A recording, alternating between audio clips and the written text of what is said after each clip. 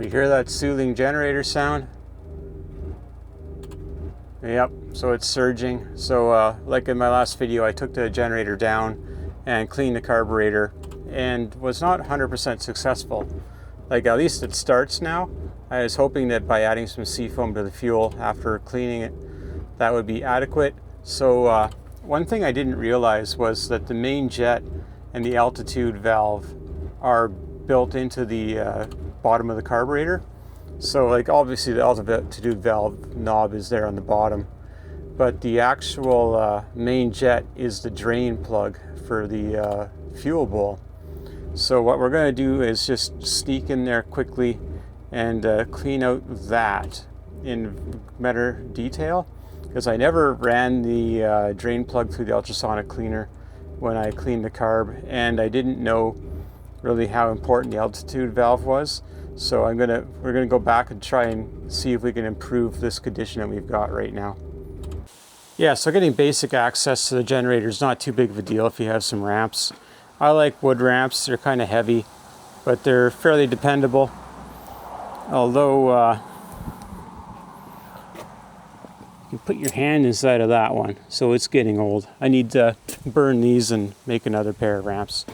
I think they're also about 10 years old, more or less. So the tricky part here is going to be to get the nut on that bowl off, or the bolt, because of the way it's all configured. So we'll try to get that down. We can disconnect the fuel line. I also want to try to run the fuel line with it disconnected from the carb, just to make sure it's pumping. Like, I'm fairly certain it is, but I just want to make sure that the fuel pump is pumping while we're down here. So I'll get this thing undone, and I'll let you know what size nut it is. I think it's a 15 or a 17. Here's my tool to get in there. So it's a 17 millimeter socket with a 3/8 by 1/4 adapter, because you don't get a 17 1/4 drive socket. And you can just sneak it in here with the fuel line disconnected. And I think I'm tightening. Yeah. So try that again. Ugh. So you don't want to lose anything in here. This is going to be pretty fiddly, but we'll get that thing out of there and we'll take a look at it. Okay, so we got it out. We can see through the jets in the plug here, so that's not a problem. I will give it a shot of carb cleaner, but looking inside, you can see it or not. So basically, when you adjust that altitude valve, it just minutely turns in and out. So that's like a critical little piece to the operation here. And there is some gunk formed all around it. So I'm going to go after it with the carb cleaner and get as much out of there as I can. Alright, got things cleaned up. So this was already pretty good to begin with, but I just went over it with some choke and carb cleaner here. And this guy, so I opened the drain and blew the drain down. There was a bunch of gunk in there, which could resurface potentially in the future. And now you can actually see like the needle down there. It was just like black before. And cleaned that out and found that there's a passage in through the bottom here. So what you can do is you can put your finger over the inside and blow through with your mouth to dislodge anything. Then obviously you can spray the carb cleaner through there. And we're wiggle this back and forth, which I never moved ever. So this thing hasn't been moved in like 20 something years. So we're gonna put this back on and we're gonna see if it runs any better now and keep going on from there. All right, we're gonna give this a go. I do have a completely full fuel tank, otherwise it may not be able to get fuel. And of course the carburetor is empty right now, so we gotta fill it up.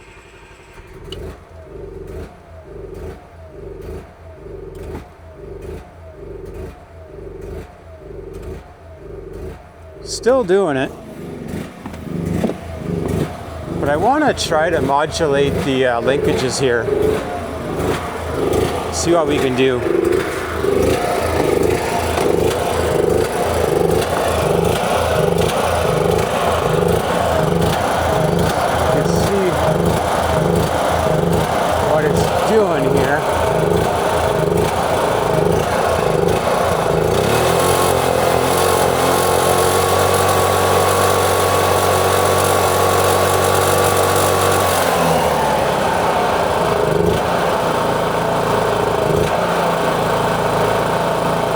kind of helped.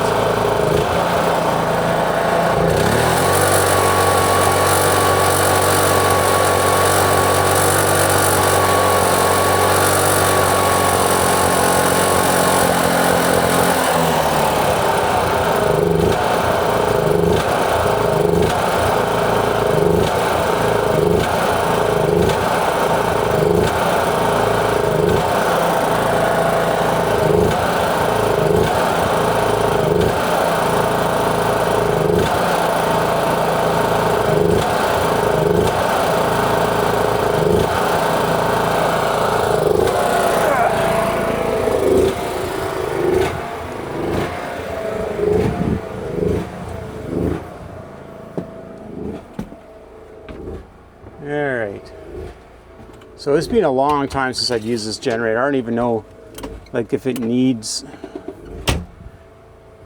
how to get the transfer switch to flip. I think it was like automatic, but the goal would be to turn on the cooling here.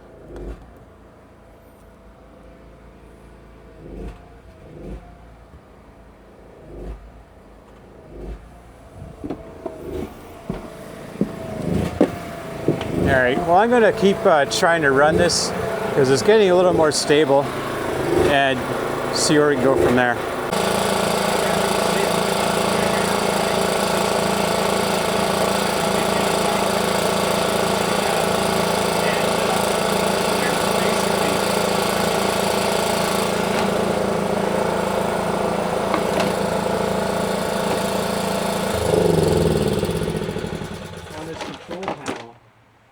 There's a little breaker and a fuse here. So the breaker, it's completely invisible.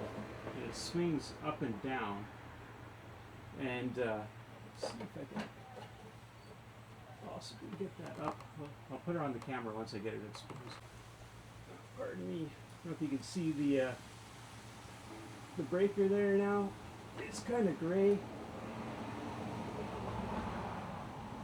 Yeah, I can kind of see it. So that toggles up and down, and you can easily bump it with the fuel filter. So I got to figure out which way it's supposed to be. But more importantly, I got to go get cleaned up because I'm gonna have to start taking the furniture apart inside of the van to see what's going on. So to be able to get access to that, use 2 torque screws. Then you can lift the control panel up once you take those 2 screws out. So the investigation will continue. I did some testing in the transfer switch area here and found that I had a little bit of low voltage, a little bit of low frequency. So I wouldn't recommend it, but I pushed in the contactor. It was trying to close once in a while, but didn't quite get there. So the generator was pretty close. And I tried loading it up with the air conditioner and then the microwave, and that wasn't really working. So now I've got a hair dryer here. So we're gonna load it up with this. If I knew how to use it.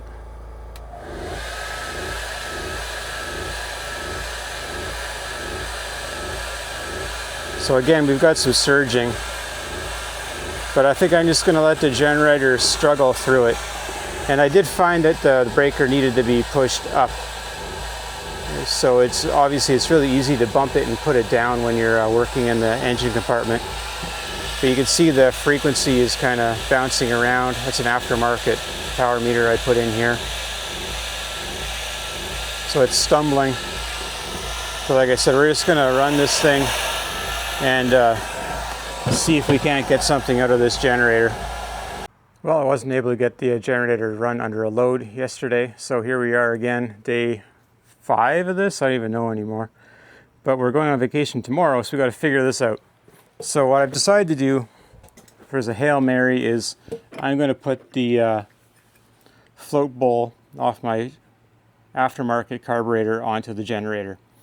And the reason is that it is super clean, and this needle, there's no issues with it. And another thing I found with reading is that you can basically break this plastic piece off and get full control over the main adjustment. So it's actually like disguised as an altitude valve, but it's really the main carb adjustment right here. So we'll see how it goes. I didn't want to put the whole carburetor in just for concern of having to adjust the linkages and just general concern about like how good this thing is. But it's a carburetor. It's very similar to the original. It's got 2 passages plugged off. I don't know if there's screws in here or not. I'm quite curious if there's screws behind these 2 caps, because you could break them out and then clean out the passages if that was the case. But otherwise you might ruin the carburetor. So I'm just going to go in there. It shouldn't take me more than a couple of minutes to change this bowl, and then we will try another test. Well, I'm happy to say that that little carburetor float bowl saved the day. We got it just by putting that on. So holy cow, I'm really happy about that. So I'm glad I didn't have to change the whole carburetor. And realistically, this should be the first thing that you do when you're trying to get your carburetor to work correctly with your Microlite 2800. So I did get the carburetor out and cleaned it in the ultrasonic. You can hear it's not running perfectly right now, but it's pretty good. I got the air conditioner running in the van right now, and that's one of the big goals. The other goal is to be able to make coffee. So we've got the 2 things, look like it's going to work out. So I'll show you my load bank test here in a minute. But yeah, so you didn't need to put in the whole carburetor because I was concerned about the linkages, and some people have said that the carburetors aren't that good. So considering that the main jet is just part of the bottom of the carb, you can possibly see right through, right? That goes right into the venturi. So you could buy the cheapest carburetor you could find and just take the bottom, the float bowl off of it, and just salvage that to put on your unit, and then you get a couple extra gaskets and an extra main jet, so we'll be keeping that for the future. I'm not sure if these are prone to corroding badly or what, but they give you an extra one, so that's good. And yeah, we'll go look at the load test here.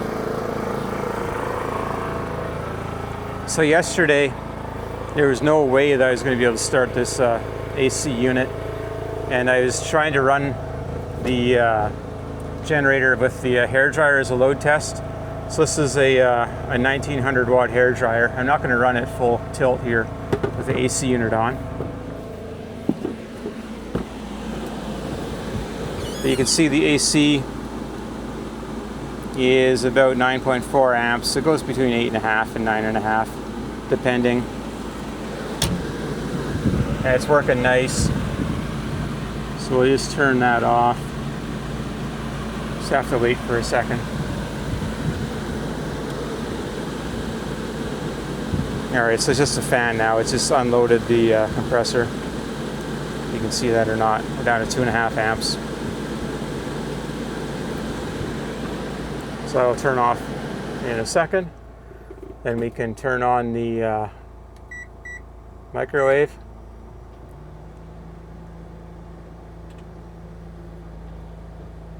You can hear the generator is working. There's a load on it. That's 7.7 amps, if you can see that or not. Yeah. So that's exciting for me. Pretty happy about that. And then we can get the hairdryer on full tilt here. And that is 12 amps.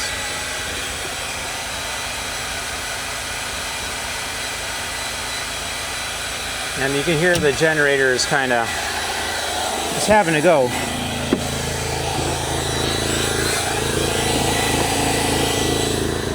It's not completely cured, but we're just gonna let this thing run for half an hour.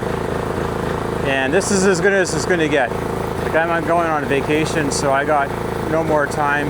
I'm happy enough with this because we're not gonna run this long term. And we can make coffee and potentially use the air conditioner for a little bit each evening. That's fantastic. So if this doesn't clear out for the end of this trip, then we'll go after it again next year before the next big vacation. So hopefully you found that useful, and thank you for watching.